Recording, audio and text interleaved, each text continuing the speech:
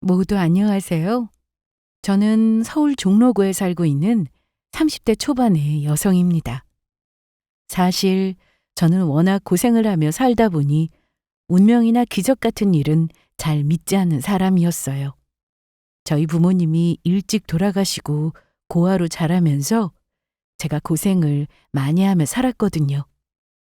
그런데 그랬던 제가 반년 전 예상치 못한 일을 겪으며 세상에 기적이나 운명이 존재할지 모른다고 생각하게 되었습니다.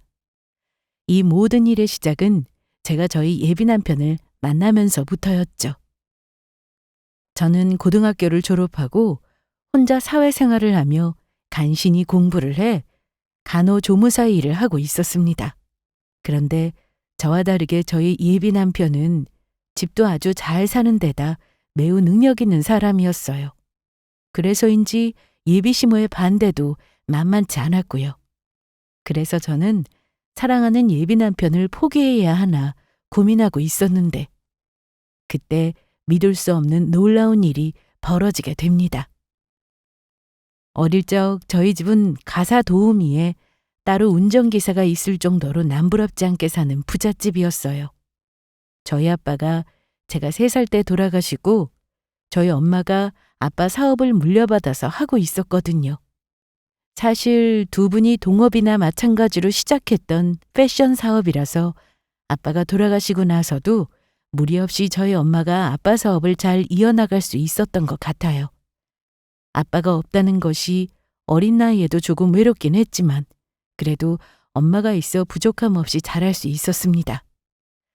물론 엄마가 사업을 하다 보니 저에게 신경을 쓰지 못할 때가 많았는데 대신 저와 있는 시간을 꼭 가지려고 노력하셨고 저희 아빠가 돌아가신 3살부터 저를 돌봐주며 집을 청소해주는 가사도우미 이모도 있어서 저 나름 잘 지낼 수 있었던 거죠. 가사도우미 이모한테는 저만한 자식이 있었는데 그래서인지 저를 정말로 친자식처럼 예뻐해 주셨어요. 그래서 저도 가사도우미 이모를 잘 따랐고요. 게다가 오랜 시간 저희 집에서 일을 하다 보니 저희 엄마와도 친자매처럼 지냈습니다. 그런데 제가 9살 때인가 가사도우미 이모한테 생각지 못한 큰일이 생기고 맙니다. 가사도우미 이모의 아들이 큰 교통사고가 나며 생명이 위중하게 되었던 거예요. 그래서 가사도우미 이모는 저희 집에 몇 달 출근을 하지 못하고 있었어요. 대신 저희 집에 오는 다른 가사도우미 아줌마가 있었기에 어린 저도 별 무리 없이 지낼 수 있었죠. 그런데 어느 날 밤 저희 집 초인종이 다급하게 울리는 것이었어요. 그때 저는 자다가 제 방에서 거실로 나오게 되었고 엄마가 현관문을 열어주었는데 가사도우미 이모가 급하게 저희 집을 찾아왔던 겁니다. 엄마가 놀라서 가사도우미 이모를 쳐다보는데 가사도우미 이모가 울면서 말했습니다. 세상에, 미성 씨, 이 밤에 무슨 일이야?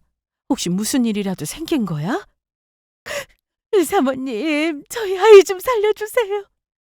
지금 수술을 안 하면 죽을 수도 있다고 하는데 아이가 계속 수술을 하다 보니 저희가 지금 가진 돈이 없어요. 도와주시면 제가 이 은혜 평생 잊지 않고 사모님을 은인으로 모시고 살겠습니다. 제가 일하면서 갚을 테니까 저희 아이 수술비 좀 빌려주시면 안 될까요? 너무 큰 돈이라 제가 이런 부탁드리는 거 염치 없는 거 알고 있는데 돈 때문에 제 새끼 죽게 할 수는 없잖아요. 사모님, 제가 이렇게 부탁드릴게요. 제가 이렇게 부탁드릴 사람이 사모님밖에 없어서 그래요.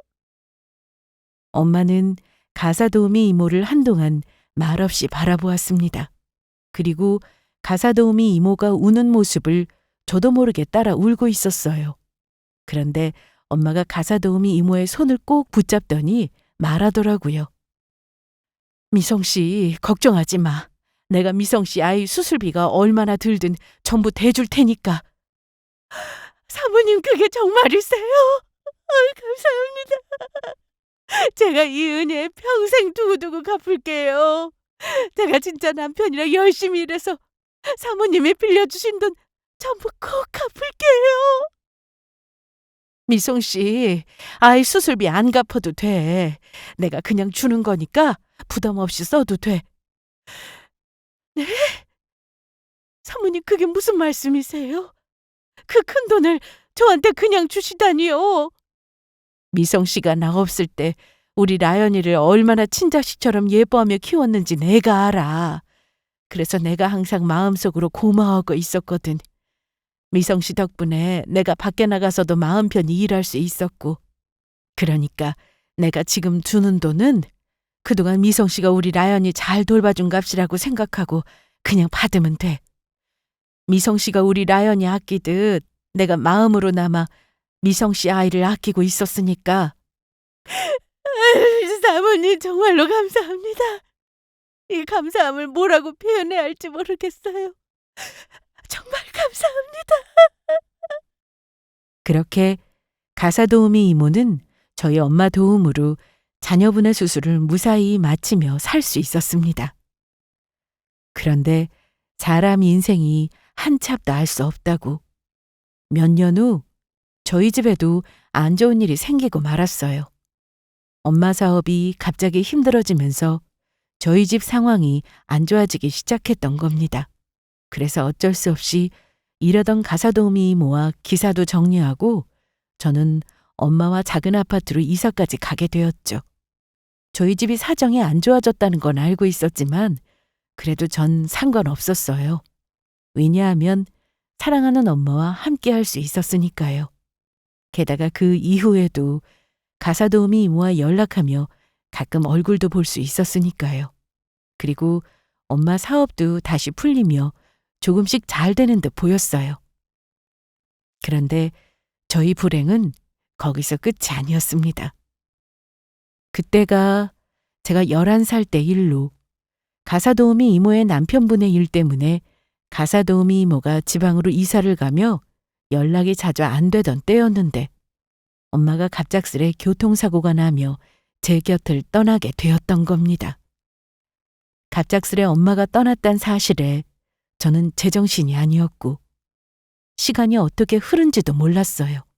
그냥 엄마가 세상을 떠났단 사실에 계속 엄마를 찾으며 울었던 것 같았어요. 게다가 그때 기억으로는 남아있던 엄마 재산도 빚을 갚는 데 쓰는 바람에 저에게 남은 유산 하나 없었습니다. 그리고 저를 더욱 무섭게 만들었던 것은 친척 그 누구도 저를 책임지려 하지 않았던 거예요.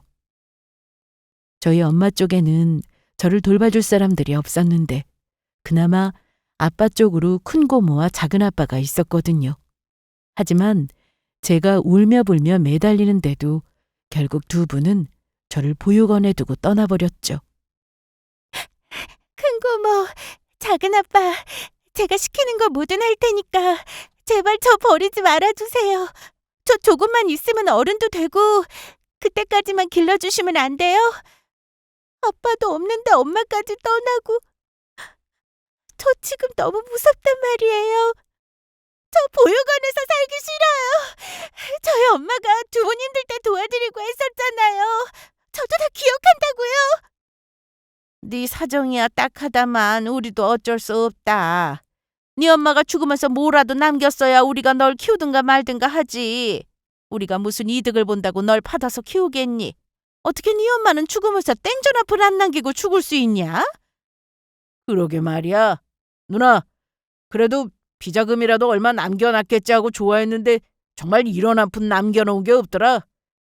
라연아, 네가 볼 때 우리가 매정하게 보일 수도 있겠지만 네 엄마한테 도움받은 건 도움받은 거고 또 현실은 현실이라서 말이야. 어차피 보육원에서 밥도 먹여주고 학교도 보내주고 할 건 다 해주니까 네가 알아서 잘 살아봐. 너도 12살이면 이제 네 앞가림할 나이니까. 그렇게 큰 고모와 작은 아빠는 결국 저를 버리고 보육원에서 떠나버렸습니다. 그래서 저는 그런 떠나는 두 사람을 보며 얼마나 하염없이 울었는지 몰라요. 안 돼. 이럴 순 없어. 엄마, 엄마.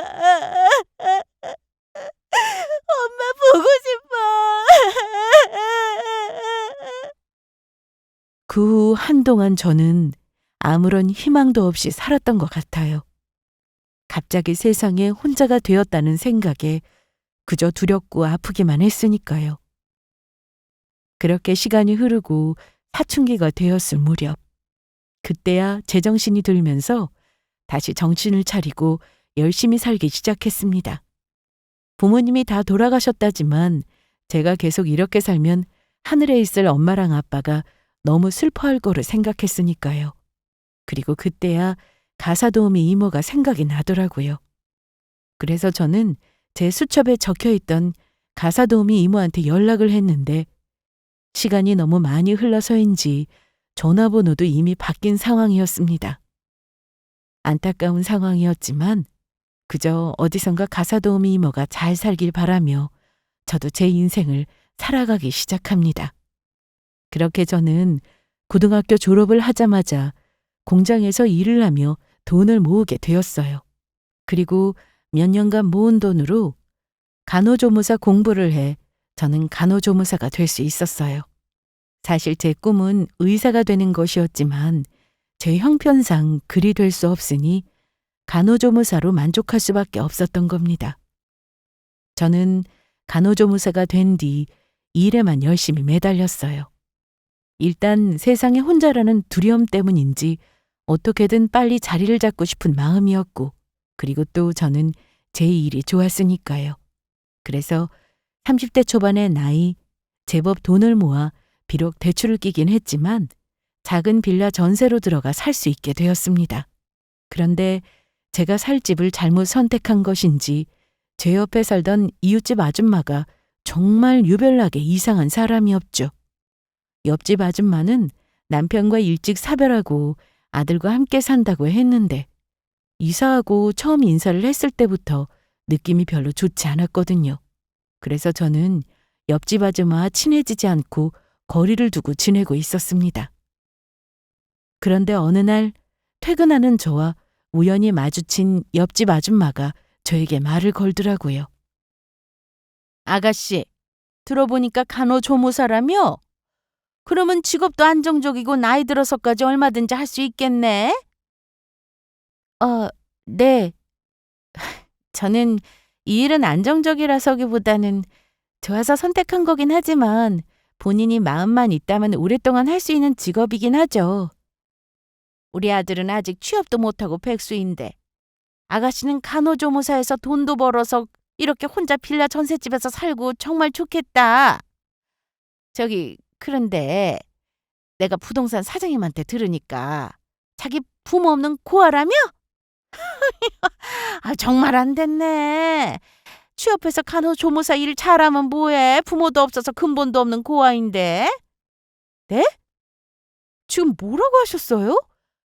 부모님 돌아가신 게 왜 근본이 없는 거예요? 저희 부모님이 얼마나 훌륭하신 분들이었는데 어떻게 함부로 그런 말씀을 하세요?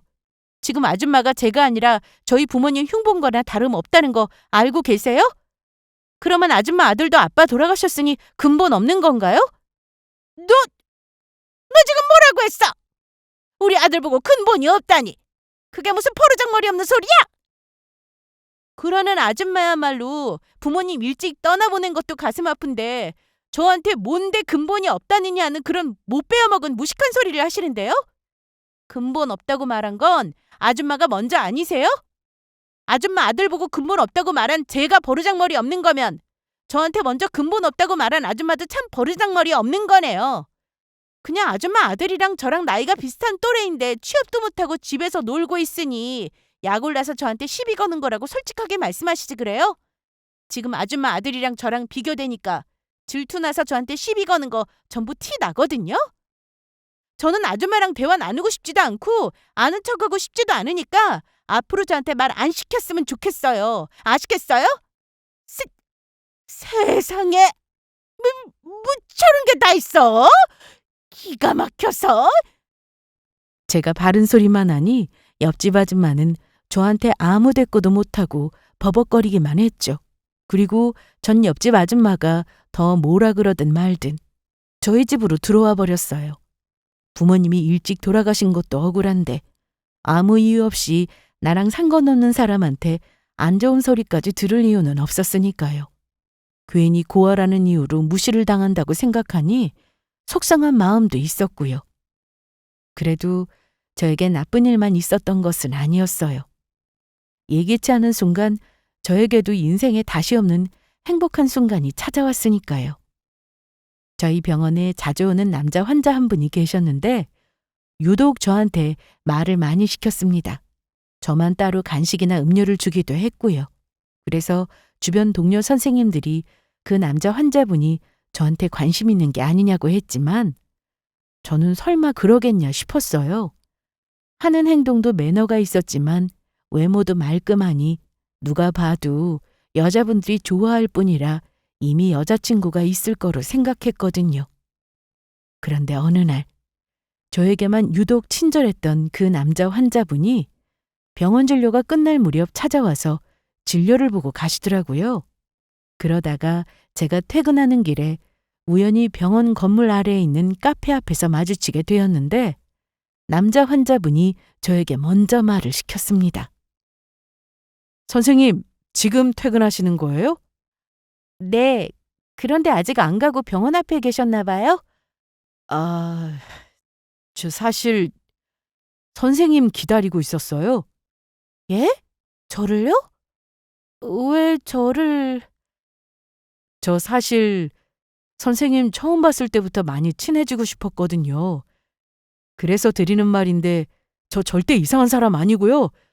선생님이랑 그냥 진심으로 친해지고 싶어서 그러는데 아직 저녁 안 하셨으면 저랑 밥 친구 해주실래요?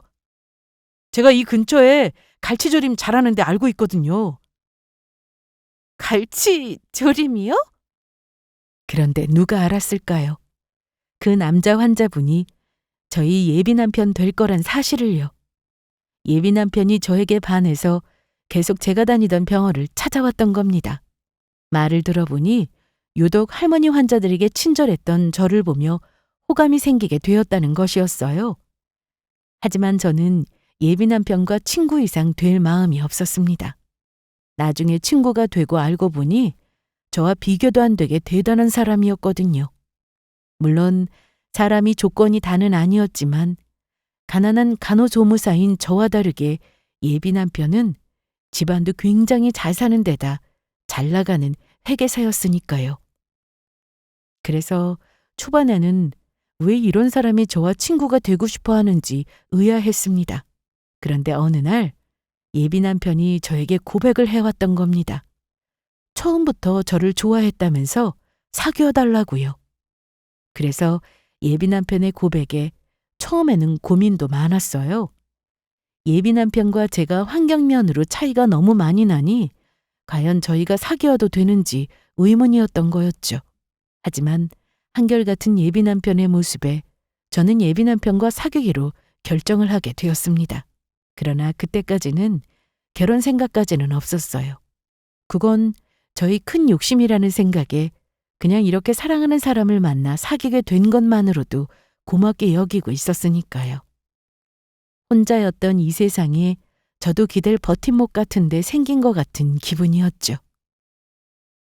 그런데 어느 날인가 정말로 저를 황당하게 하는 일이 벌어지게 되었습니다. 그것도 제가 단지 부모가 없는 고아라는 이유로요. 그날은 병원 일이 일찍 끝나고 예비 남편도 일에 바빠서 만나지 못하고 집에 오는 길이었는데 옆집 아줌마가 문 앞에서 제가 퇴근하기 기다리고 있던 거예요. 그러더니 중요하게 할 말이 있다면서 저를 보자마자 이야기를 하더라고요. 아가씨, 이제 퇴근하는 거야? 마침 잘 왔네. 내가 사실 아가씨 오길 기다리고 있었다고. 내가 아주 중요하게 할 이야기가 있거든요. 아가씨한테도 아주 좋은 일이니까 좋아해도 돼. 저한테 중요하게 할 이야기라뇨? 그리고 아줌마랑 연관돼서 제가 좋아하게 될 일은 없을 것 같은데요. 에이, 그러지 말고 내 이야기 좀 들어봐. 사실 내 사촌 남동생이 돈이 많아서 건물 가지고 있는 대단한 부자거든.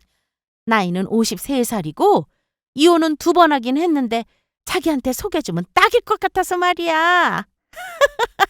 아니 물론 내 사촌 동생이 이혼을 2번 하고 자기랑 나이 차이가 조금 나긴 하지만 뭐 나이야 살다 보면 아무것도 아닌 일이고 게다가 우리 사촌동생이 건물 가지고 있는 부자잖아. 부모도 없는 자기한테 이 정도 조건이면 엄청난 거 아니야? 어때? 자기도 좋지? 자기 결혼 상대로 확 땡기지 않아? 그래서 내가 둘이 소개 좀 해주려고. 장소는 자기가 원하는 대로 우리 사촌동생이 차 끌고 온다고 하니까 그래서 날짜는 언제로 잡으면 좋을까? 이 아줌마가 보자 하니까 정신이 어떻게 된 거 아니야?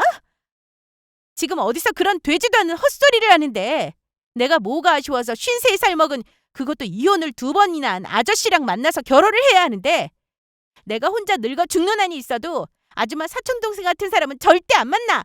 그리고 이보세요 아줌마. 나 지금 만나고 있는 남자친구 있거든? 그것도 내 남자친구 잘 나가는 회계사야. 그러니까 아줌마 미치려면 곱게 미쳐. 이런 헛소리 할 시간 있으면 아줌마 아들이나 신경 쓰라고. 고아가 무슨 큰 죄라도 되는 줄 알아? 뭐야? 미치려면 곱게 미치라고? 이게 기껏 생각해서 이야기해줬더니 어디서 막말이야? 그것도 새파랗게 어린 것이. 그리고 네 주제에 어디서 회계사 남친을 만난다고 거짓말을 하고 있어? 회계사가 미쳤다고 너 같은 걸 만나주겠냐? 내가 어때서? 나 어디 가든 일 잘한다는 소리 듣고 여기저기 병원에서도 나 데려가려고 안달이라고? 이게 그래도 어른한테 또박또박 말대꾸네? 너 어디 나한테 혼 좀 나봐. 옆집 아줌마는 저에게 달려들었고 저는 그날 옆집 아줌마와 머리채를 잡고 싸우게 되었죠. 억울하게 당하고만 있을 제가 아니었으니까요. 그리고 옆집 아줌마와의 싸움에서 제가 이기게 되었습니다. 그날 다시는 옆집 아줌마가 저한테 시비를 걸며 이상한 헛소리를 못하게 제대로 혼쭐을 내주었죠. 하지만 원수는 외나무다리에서 만난다고 그 옆집 아줌마를 정말 만나고 싶지 않은 장소에서 만나게 됩니다. 그날은 예비 남편이 맛있는 걸 사준다고 해서 유명한 고급 레스토랑에서 밥을 먹게 되었는데 그 앞에서 옆집 아줌마와 마주치게 된 것이죠. 그런데 옆집 아줌마는 저에게 또다시 시비를 걸기 시작했던 겁니다. 옆에는 나이 먹은 느끼하게 생긴 아저씨까지 대동하고요. 네가 이런 곳은 무슨 일로 온 거야? 고아의 돈도 많이 못 버는 주제 이런 비싼 레스토랑에 와볼 일이 평생 없을 텐데 말이야.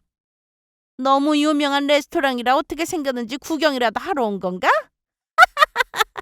너랑은 다르게 나는 우리 건물 가진 부자 사촌 남동생이 밥 사준다고 해서 왔는데? 부하라면 누나가 나 소개해주려고 했던 여자가 이 아가씨야? 얼굴이 예쁘장하니 괜찮게 생겼네. 저기 아가씨, 그렇게 튕기지 말고 정말로 나랑 한번 만나보는 게 어때? 나랑 만나면 평생 손에 물 안 묻히고 편하게 살 수 있는데. 징그럽게 어디서 개 같은 소리를 하고 있어. 역겨워서 토 나오겠네. 뭐라고? 내가 어때서? 50살 먹고 나처럼 잘생기고 관리 잘 된 남자가 어디 있다고 토 나오겠다고 하는 거야? 그렇게 관리를 잘해서 배때기가 그렇게 무슨 임산부보다 많이 나왔냐? 이봐요 아저씨. 그런 헛소리를 하시려면 아저씨 나이 생각하면서 거울이나 보고 이야기해. 그리고 나 지금 여기 내 남자친구랑 와서 당신들 같은 인간들한테 신경 쓸 시간 없으니까 더는 말 시키지 말고. 이게 처음부터 보자 하니까 버르장머리가 없어서? 그때는 나 혼자였으니까 너한테 당하고 있었겠지만 지금은 남자인 내 사촌동생도 옆에 있고 무서운 거 없거든? 너 정말 나랑 우리 남동생한테 혼나 볼래? 동생! 우리 이거 붙잡아서 좀 혼내줄까? 누나 그럴까? 이렇게 버르장머리 없는 것들은 혼이 나야 정신을 차린다고? 옆집 아줌마는 정말로 저에게 달려들 기세로 덤벼들려 했고 저도 그냥 당할 마음은 없었어요. 그리고 이번 일이 끝나면 그동안 저를 괴롭힌 옆집 아줌마를 경찰에 고소할 생각이었죠. 아무래도 하는 행동이 제정신으로 보이지 않는 데다 이미 선을 넘어버렸으니까요. 사실 얼마 전 옆집 아줌마와 싸우며 다쳤던 것에 대해서도 병원에서 진단서를 끊어놓은 상태였습니다. 그런데 옆집 아줌마는 저에게 달려들기도 전에 누군가에 의해 가로막히고 말았죠. 바로 저희 예비 남편 말이에요. 차를 주차하느라 뒤늦게 온 남자친구가 저에게 달려들려고 하는 옆집 아줌마를 몸으로 막아버렸던 거예요. 그리고 옆집 아줌마와 아줌마의 사촌 동생을 보며 버럭 화를 냈죠. 당신들 미쳤어? 지금 둘이서 가만히 있는 내 여자친구한테 시비를 거면서 뭐 하는 짓들이야? 난 남자친구라니. 그러면 너 정말로 남자친구가 있었던 거야? 저런 거한테 남자친구가 있을 리가 절대로 없을 텐데. 인물도 아주 말끔하게 생겼네. 남자친구가 재빨리 제 옆에 와서 저를 꼭 붙잡아 주었습니다. 그리곤 저에게 물었죠. 자기야, 지금 이게 무슨 일이야? 내가 저번에 이야기했지? 나 고아라고 군본 없다고 헛소리하면서 50대 넘은 이혼 2번 한 자기 사촌동생 만나보라고 했던 정신 나간 옆집 아줌마 있다고? 지금 그 사람이 바로 이 늙은 아줌마고 그 옆에 있는 이상한 아저씨가 저 아줌마가 나한테 소개해 주려고 했던 그 아저씨야. 여기 레스토랑 앞에서 우연히 만났는데 내가 분명히 앞으로는 만나도 아는 척하지 말라고 했는데도 또다시 말 시켜서 자기 사촌동생이랑 시비 거네? 저것이 자기 남친이 잘 나가는 회계사라고 하던데 전부 뻥이죠? 그쪽 회계사 아니지? 얼굴 보니까 반반하니 순진한 젊은 아가씨 어디 가서 돈이나 뺏는 양아치 아니야? 뭐라고? 이봐, 정신 나간 아줌마. 지금 말이면 다인 줄 알아? 정말로 저 아줌마 제정신 아닌가 보네. 그리고 나 회계사 맞거든? 내 명함이나 보고 말해. 그러면서 남자친구는 본인 명함과 회계사로 잡지에 나왔던 모습이나 유튜브 방송에 출연했던 모습까지 전부 보여주게 되었죠. 그러자 옆집 아줌마가 당황하며 말하더군요. 이럴 리가 없는데? 어떻게 이런 찬란 사람이 고아의 능력도 없는 저런 걸 만나? 고아든 말든 당신이 무슨 상관인데? 요즘 세상이 어떤 세상인데 그런 걸로 사람 무시하면서 깔봐? 요즘 그딴 소리 했다간 무식하단 소리밖에 못 듣는 거 정말 모르는 거야? 그리고 우리 라연이가 능력이 없긴 왜 없어? 우리 라연이 얼마나 자기 일을 열심히 하는 멋진 사람인데 그런 헛소리를 하냐고! 그리고 당신들 아까부터 보니까 나한테도 그렇고 우리 라연이한테도 그렇고 계속 이상한 발언하던데 그게 전부 성희롱인 거 알고 나는 소리야? 게다가 우리 라연이 붙잡고 혼내준다면서 위협까지 하는 거 내가 다 봤다고! 성희롱이 위협이라니! 우리가 언제 그랬다고 그래? 맞아! 그냥 누나가 옆집 사는 아가씨라고 해서 반가운 마음에 말 시킨 거밖에 없다고! 아이, 젊은 사람이 되게 빡빡하게 구네. 아니, 조금 전 분명히 나한테도 얼굴이 반반하다며 순진한 젊은 아가씨 꼬드겨서 돈이나 뺏는 양아치 아니냐고 아줌마가 분명히 이야기했어. 그리고 그 전에 우리 라연이한테 얼굴이 예쁘장하게 생겼다느니 뭐니 하면서 튕기지 말고 한번 만나보자고 헛소리 했었잖아. 그게 다 성희롱이라고. 당신들 여기 레스토랑 앞에 CCTV 보여? 여기에 당신들이 먼저 우리 라연이 시비 걸면서 위협한 것도 찍혔고 당신들 하는 소리가 워낙 커서 레스토랑 문 앞을 지키던 직원분도 분명히 들었을 테니까 그 사람한테 부탁해서 당신들 우리 라연이한테 성희롱한 거랑 위협했던 것까지 전부 증인 서달라고 해서 경찰에 신고할 거야. 저기 저희가 잘못했어요. 헛소리해서 정말 죄송합니다. 그냥 우리 사촌 동생이 괜찮은 여자 소개해주면 명품백 하나 사주겠다고 하는 말에 혹해서 내가 잠시 이성을 잃고 그랬습니다. 그러니까 두 분 제발 너그러운 마음으로 용서해 주세요. 그래요. 저도 그냥 그쪽 여자친구가 너무 예뻐서 그래서 그랬던 거지 다른 뜻은 없었다고요. 저기 아가씨가 뭐라고 좀 해봐. 우리 서로 이호 사촌인데 서로 얼굴 붉히지 말고 사이좋게 지내자. 제발 마음 풀어. 절대로 그렇게는 못하겠는데요. 아줌마 한두 번도 아니고 이번이 벌써 3번째예요. 그런데 제가 뭘 믿고 아줌마랑 아줌마 사촌동생을 용서해요? 용서하면 또 이렇게 저 괴롭히려고요? 저 용서 못하니까 아줌마랑 아줌마 사촌동생이 벌인 나쁜 짓 성인답게 책임지도록 하세요. 아유, 이럴 순 없어. 명품백에 눈 멀어서 괜히 옆집 아가씨한테 시비 걸었다가 졸지에 이 나이에 성범죄에 전과자 되게 생겼네. 망신주 이런 망청이 세상에 어디 있냐고. 누나, 이게 어떻게 된 거야? 누나 옆집 아가씨 고아에 남자친구도 없고 어디 기댈 사람도 없다고 하더니 저렇게 멀쩡한 회계사 남친이 버티고 있었으면 진작에 이야기를 해줬어야 할 거 아니야. 누나 때문에 나까지 이게 뭐야. 이 나이에 성범죄자까지 되면 어느 여자가 나한테 시집 오려고 하겠냐고. 누나 때문에 난 망했어. 앞으로 내 인생은 망했다고.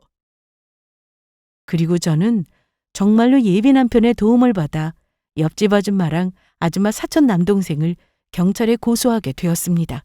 그리고 옆집 아줌마랑 아줌마 사촌 남동생은 나중에 정말로 전과자가 되어 벌금이랑 함께 사회봉사 명령까지 받게 되었죠. 저에게 정신적 피해 보상까지 물어줘야 했고요. 그런데 제가 그런 일을 당하니 예비 남편이 저를 혼자 두면 안 되겠다면서 저에게 청혼을 해왔던 겁니다.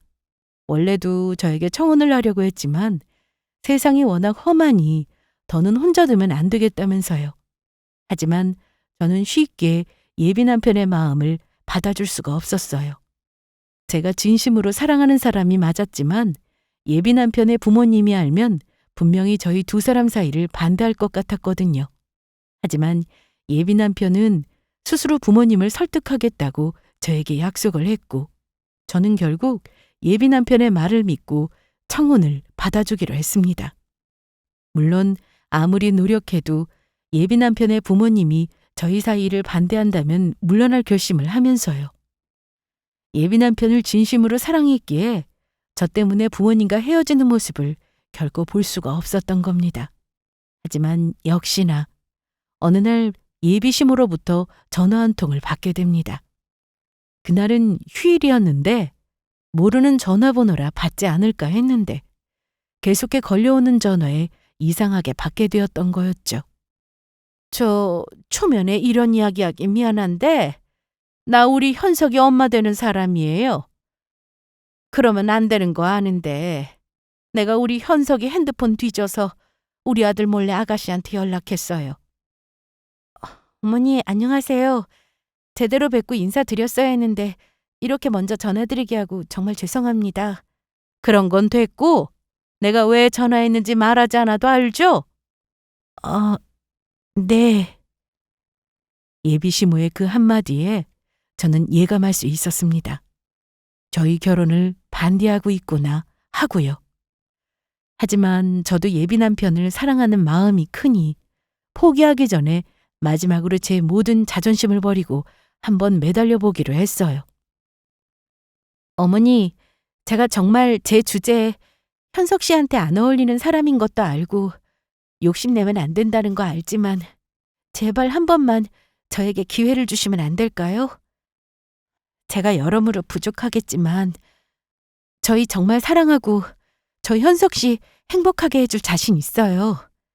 미안하지만 그렇게는 안 되겠네요. 우리 부부가 현석이 키우느라 얼마나 고생을 한 줄 알아요? 게다가 아가씨랑 우리 아들이랑 결혼이라니 그게 정말 가당키나 하냐고. 물론 아가씨 직업이 아픈 사람 돌보는 훌륭한 직업이라는 거 알고 있지만 우리 아들에 비해 천한 직업인 거 맞잖아요. 그리고 아가씨가 우리 아들 직업이랑 배경 보고 달라붙은 사람일 수도 있는데 내가 그 꼴을 어떻게 봐? 내 마음은 변함없으니까 우리 아들이랑 결혼할 생각은 안 하는 게 좋을 거예요. 내 말 명심해요? 예비 시모의 말에 전 예비 남편을 정말로 포기하려고 했습니다. 그런데 예비 남편이 이미 자신의 아버지는 설득했다며 마지막으로 예비 시모를 찾아가서 설득해보자는 것이었어요. 이미 예비 시모에게 이야기를 해놨다면서 저를 직접 보면 마음이 바뀔 거라고 했죠. 그래서 예비 남편의 간절한 부탁에 저도 이번이 진짜 마지막이란 생각에 예비 씨 댁에 찾아가게 되었습니다. 그런데 하필 그날 예비 시부가 중요한 일 때문에 갑자기 출장을 가신 상태라서 예비 시모와만 만날 수 있게 되었어요. 그래서 저는 정말 떨리는 마음으로 예비 시모에게 인사를 하게 되었죠. 어머니 안녕하세요. 김나연이라고 합니다. 저번에 전화로 인사드렸죠? 이렇게 집에 초대해 주셔서 정말 감사드려요. 그런데 저를 본 예비 시모의 모습이 이상했습니다. 저를 보자마자 깜짝 놀라며 바로 바닥에 주저앉고 말았으니까요. 게다가 무엇 때문인지 몹시 놀란 표정으로 입까지 틀어막고 제 얼굴을 빤히 바라보았습니다. 사모님! 예? 사모님이라뇨? 저기 그러니까 내 정신 좀 보게. 일단은 자리에 앉아요. 제가 얼른 차를 내올 테니까요. 하지만 예비시모에게 저를 본 표정이 왜 그런지 저는 이해할 수 없었죠. 예비시모는 정신도 없어 보이고 저를 보더니 굉장히 충격받은 얼굴을 하고 있었으니까요. 게다가 무슨 일인지 차를 내오는 예비시모의 손이 덜덜 떨리고 있었습니다. 그래서 저는 아무 말 없이 예비시모가 주시는 차를 마시게 되었어요. 그러자 예비시모는 차를 마시며 제 얼굴을 빤히 바라보는 것이었어요. 예비 남편이 보기에도 예비시모가 이상했는지 눈치만 보며 아무 말도 못하고 있었고요.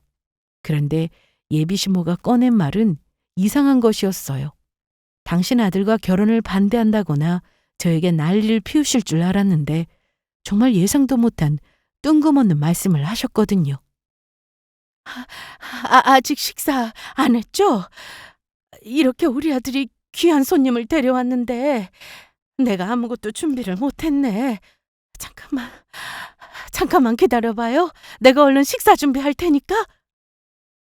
저에게 전화할 때와는 달리 제 얼굴을 보자마자 갑자기 친절하게 대하며 밥까지 차려준다는 예비시모의 모습에 저는 당황할 수밖에 없었습니다.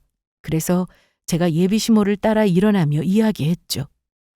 어머니, 그러면 혼자 식사 준비하기 힘드실 텐데 제가 도와드릴게요. 괜찮아요. 나 혼자 다 할 수 있으니까 그런 건 신경 쓰지 않아도 돼요. 아니, 그래도 그러면 제가 너무 죄송해서요. 나야말로 괜찮대도 아가씨 음식이나 하는 그런 험한 일 할 사람 아니잖아. 네? 예비시모가 음식하는 걸 돕는다는 게 험한 일이라니 정말 이상했습니다. 물론 엄마가 돌아가셔서 보육원에 들어가기 전까지는 제가 매우 귀하게 자랐다는 건 인정하지만 그 사실을 예비시모가 알 리도 없는데 그 말투가 저는 절대로 그런 일을 하면 안 되는 사람처럼 굴고 있었으니까요. 꼭 제 어릴 적 모습을 알고 있는 사람처럼요. 그래서 왠지 제 마음도 점점 이상해지고 있었습니다. 게다가 예비시모는 주방에 가서 음식을 하시면서 혼자 흐느끼며 울기까지 하셨으니까요. 뭐라고 가서 위로를 해드리고 싶어 예비 남편과 신호까지 주고받았지만 왠지 상황이 그러면 안 될 것 같아 가만히 있을 수밖에 없었죠. 그리고 저는 예비시모가 해준 밥을 정말 맛있게 먹었습니다. 신기한 게 음식들이 하나같이 제 입맛에 맞고 제가 전부 좋아하는 것들이었으니까요. 하지만 예비시모의 행동은 점점 더 이상해지기 시작했어요. 제가 좋아해서 먼저 집으려던 계란말이 반찬을 먼저 집어서 제 그릇 위에 올려 놓아준다든지, 제가 목이 막히려 하자 재빨리 물을 떠서 제 앞에 갖다 주시기까지 했으니까요. 그럴 때마다 예비시모와 눈이 마주쳤는데 그럴수록 예비시모의 얼굴이 점점 더 낯이 익는 거였어요. 그래서 저도 모르게 제 오래전 기억을 하나하나 꺼내보기 시작했습니다. 예비시모의 행동이 마치 저를 오래전부터 알고 있던 사람처럼 굴고 계셨으니까요. 그리고 제가 갈비 한 점을 젓가락으로 잡으려고 했는데 예비시모가 너무 당연하다는 듯 뼈를 바르더니 얇게 잘라서 제 숟가락 위에 올려주시는 것이었죠. 그 순간 저는 숨이 멎는 듯 했어요. 저는 그 행동을 너무나도 잘 기억하고 있었거든요. 그 행동을 저에게 했던 사람은 세상에 딱 2명밖에 없었습니다. 그중 한 분이 바로 세상을 떠난 저희 엄마였는데, 엄마는 어린 시절 제가 갈비를 먹을 때마다 뼈를 어린아이가 바르기 힘들다며 늘 뼈를 바른 후 고기를 얇게 잘라서 숟가락 위에 올려놔 주셨거든요. 그리고 나머지 또 한 명은 바로 우리 집에서 일하던, 제가 잘 따르던 가사도우미 이모였어요. 가사도우미 이모도 저희 엄마가 하는 행동을 보고 제가 밥을 먹을 때 갈비가 나오면 제 앞에 앉아서 저희 엄마처럼 뼈를 발라 얇게 자른 고기를 제 숟가락 위에 올려주셨습니다. 그러니 저희 엄마가 떠나고 다 큰 저에게 어릴 적과 똑같이 행동할 수 있는 사람은 이젠 단 한 명밖에 없었습니다. 그제야 저는 점점 낯이 익은 얼굴로 저를 챙겨주고 있는 예비시모가 누구인지 알 것 같았습니다. 바로 저희 집에서 일하시던 저희 가족이나 다름없었던 가사도우미 이모였어요. 그래서 저는 울컥하는 마음에 넘어가지 않는 갈비가 얹어진 밥을 입에 넣어 간신히 삼켰습니다. 그리고 한마디 했죠. 정말 맛있다. 그 말에 예비시모가 큰 숨을 삼키더니 눈가에 적셔지기 시작했습니다. 그리고 예비시모가 울지 않으려고 애쓰며 저에게 물었어요. 아빠가 3살 때 돌아가시고 그 후 엄마도 일찍 돌아가셨다고 했죠?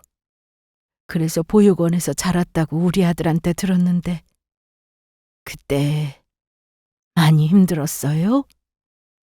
예비시모의 물음에 저는 천천히 고개를 끄덕이며 답했습니다. 네, 정말 많이 힘들었어요. 엄마 돌아가시고 친척들이 갑자기 저를 보육원에 버리고 혼자가 되어버리니까 정말 너무너무 무서웠어요. 그때는 그냥 죽어도 좋으니까 엄마가 저를 데리러 와줬으면 했으니까요. 그게 더 행복하고 좋을 것 같았거든요. 그래도 그런 생각하면 안 돼요. 그러면 하늘에 있는 엄마가 분명히 슬퍼하실 거라고요. 네, 저도 사춘기 돼서 그 생각이 들고 나서 마음을 고쳐먹었어요. 떠난 엄마랑 아빠 생각해서라도 열심히 살아야겠다고요. 아니면 두 분이 너무 슬퍼할 것 같았거든요. 정말 잘했어요. 부모님 생각하면 당연히 그래야지. 살다 보면 좋은 날도 반드시 와요. 그러니까 아가씨가 마음 고쳐먹고 열심히 산 거 정말 잘한 거예요. 그래서 이렇게 잘 자라서 간호조무사도 하고 예쁘게 잘 컸잖아요. 예, 감사합니다. 그런데 내가 지금 너무 묻고 싶은 게 하나 있는데 제가 물어도 될까요? 말하기 싫으면 안 해도 돼요. 괜찮아요. 뭐든지 물어보세요. 그러니까 혹시 예전에 큰 감나무가 2개가 있는 정원 딸린 집에서 살지 않았어요? 그리고 고양이 털 알레르기 있죠? 과일은 포도랑 딸기를 제일 좋아하고요. 그러니까 내 말은 혹시 어머님 성함이 어떻게 되나요? 어머니 성함이 혹시 길혜정 씨가 맞아요? 그리고 저는 저희 엄마 이름을 정확히 부르며 묻는 예비시모의 물음에 참았던 눈물을 흘릴 수밖에 없었습니다. 저희는 이미 말하지 않아도 알고 있던 겁니다. 서로가 누구인지요. 그래서 저도 눈물을 펑펑 쏟으며 떨리는 음성으로 이야기했죠. 미성이 이모 맞지? 우리 이모 맞는 거지? 이모 그동안 왜 나 찾아오지 않았어? 내가 혼자 얼마나 무서웠는데, 내가 얼마나 보고 싶었는데, 어디서 뭐 하고 있었던 거야? 아이고, 역시 우리 라연이 맞구나. 역시 사모님 얼굴이랑 꼭 닮아서 우리 라연이구나 했어. 이모가 전화로 우리 라연이 목소리 들었을 때 알아봐야 했는데 이모가 멍청해서 우리 라연이 목소리도 못 알아보고 정말 미안해. 사모님 떠나고 우리 라연이가 그렇게 된 거 알았으면 진작 찾아갔을 텐데 이모가 알았을 때는 너무 늦은 후였어. 너무 시간이 많이 흘러서 라연이를 찾을 방법이 없었어. 아니야 이모. 이렇게 이모 다시 만나게 된 것만으로도 나 지금 너무너무 행복해. 이모, 나 지금 이거 꿈은 아니지? 꿈 절대 아니야. 우리 라연이, 우리 공주님, 이제는 절대 우리 라연이랑 안 헤어질 거야. 우리 라연이 이젠 이모가 돌봐주고 지켜줄 거야. 이모, 라연아. 예비시모와 저는 서로를 부둥켜 안고 울기 시작했습니다. 그리고 서로의 얼굴을 확인하고 또 확인했죠. 그리고 예비시모의 설명으로 예비 남편도 제가 누구인지 알게 되었습니다. 자신의 생명을 살려준 생명의 은인의 딸이 바로 저였다는 사실을요. 예비시모는 소파에 앉아 제 손을 꼭 붙잡고 이야기했습니다. 그때 현석이 너 교통사고 나서 크게 다쳤을 때 사모님이 도와주지 않았으면 정말 큰일 날 뻔했었다고. 사모님은 현석이 네 생명의 은인이야. 엄마, 그 이야기는 나 어렸을 때부터 잔소리처럼 매일 해왔던 거잖아. 그래서 나도 거저 산 인생인 거 알아서 열심히 살았던 거고. 엄마도 하도 이야기해서 이젠 엄마보다 내가 더 잘할걸? 그나저나 엄마 나랑 라연이 결혼은 어떻게 할 거야? 계속 우리 결혼 반대할 거야? 이모, 나 이모가 싫어하는 일 하고 싶지 않아. 우리 이모가 우리 미성이 이모라고 해도 반대하면 나 결혼하지 않을게. 그게 무슨 소리야? 우리 현석이랑 당연히 결혼해야지. 내가 했던 말은 라연이 너인 거 몰랐을 때 했던 이야기야. 요즘에 능력 있는 남자 이용해 먹으려고 결혼하려는 여자도 있다고 해서 우리 아들도 혹시 그런 사람 만나나 해서 반대했었던 거라고. 우리 현석이랑 결혼할 사람이 진작 라연이 너인 거 알았으면 오해 안 하고 바로 내가 허락했지. 라연아, 우리 이젠 진짜 한 가족이 돼서 행복하게 잘 살아보자. 알겠지? 예, 이모. 아니, 어머니. 어머니? 이모 소리만 듣다가 어머니 소리 들으니까 그것도 신선하고 좋네. 그냥 어머니보다 친근하게 엄마라고 불러. 떠난 사모님만큼은 내가 절대로 할 수는 없겠지만 이모가 앞으로는 우리 라연이 엄마도 되어줄 거야. 알겠지? 네, 엄마. 그리고 예비시모가 어떻게 살았는지도 듣게 되었습니다. 그때는 어려서 잘 몰랐는데 들어보니 예비시부가 작은 공장을 운영하고 계셨더라고요. 그래서 예비시모가 지방으로 내려간 것도 그때 예비시부 공장도 점점 어려워지고 지방의 임대료가 싸다 보니 그곳에서 다시 공장을 열어 사업을 하기 위해 내려갔던 것이었습니다. 예비시모도 그때 어려운 상황이라 연락을 자주 할 수 없게 되었고 갑자기 저희 엄마가 돌아가시면서 제가 보육원에 가게 되어 아예 연락할 방법이 사라졌던 겁니다. 물론 지금은 예비시부가 사업도 성공해 잘 살게 되었고 저희 엄마 도움으로 살린 예비 남편도 이렇게 잘 커서 제 곁에 있게 되었지만요. 그래서 저는 현재 예비 시부모님의 지극한 보살핌과 사랑 속에 행복하게 예비 남편과의 결혼 준비를 하며 지내고 있습니다. 정말로 앞으로는 제 앞날에 행복한 날만 남은 것 같아요. 그러니 앞으로도 하늘에 있는 부모님이 걱정하지 않도록 열심히 잘 살아보려 합니다. 그러면 이만 제 사연을 마치도록 할게요. 모두 끝까지 들어주셔서 감사합니다.